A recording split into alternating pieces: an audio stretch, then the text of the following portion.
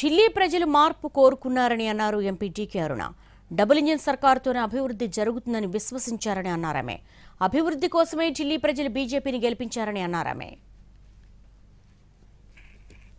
ఢిల్లీలో ప్రజలందరూ కూడా మార్పు కోరుకున్నారు. డబుల్ ఇంజిన్ సర్కార్ రావాలని కోరుకున్నారు. మోదీ గారు ఢిల్లీలో కూడా మోదీ గారు ప్రభుత్వం ఉండాలి అని కోరుకున్నారు.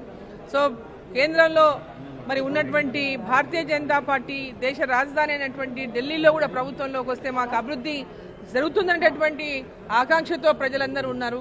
అభివృద్ధిని కాంక్షించే ఈసారి ఢిల్లీ ప్రజలు భారతీయ జనతా పార్టీకి ఓటేసి గెలిపించినారు.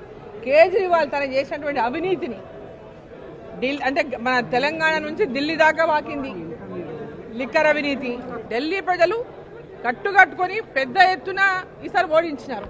అంటే ఎక్కడ పోయినా మీకు చాలా స్పష్టంగా ప్రభుత్వం మీద వ్యతిరేకత కనిపించింది. ఢిల్లీలో కేజ్రీవాల్ మీద వ్యతిరేకత.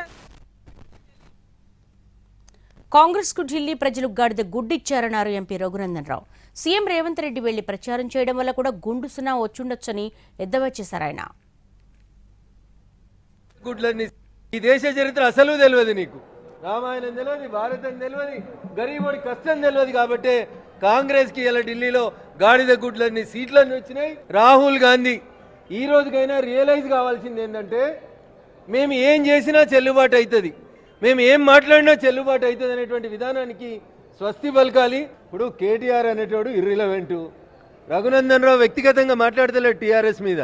వాళ్ళ నాయననే చెప్పిండు 3 ఎమ్మెల్సీలు వాళ్ళకి ఓటు లేదు, సీటు లేదు, వాళ్ళకు కూడా గాడిద గుడ్డే వస్తుంది. ఈడ చదువుకున్నాడు ఎవడు టీఆర్ఎస్కి ఓటేసేందుకు సిద్ధంగా లేడు, టీచర్లు ఎవరు ఓటేసేందుకు సిద్ధంగా లేరు.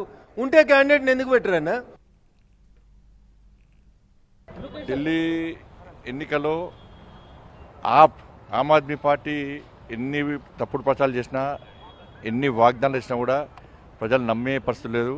ఒక జైలుకు పోయిన వ్యక్తి, అక్రమంగా కేసులో జైలుకోయిన వ్యక్తి, అక్రమ సంపాదనలో జైలుకోయిన వ్యక్తి, అక్రమ దందాలో జైలుకోయిన వ్యక్తి ఇవాళ రాష్ట్ర ప్రజలు ఏ విధంగా పాలిస్తారనేటువంటి విషయాన్ని వాళ్ళ ప్రజలు గమనించారు.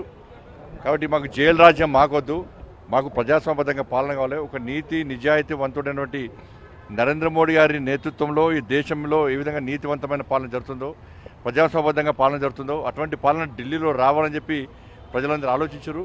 అందుకే చీపుడుతో మొత్తం ఊడ్చి సాఫ్ చేసినటువంటి పరిస్థితి అలా ఢిల్లీలో చూస్తున్నాం.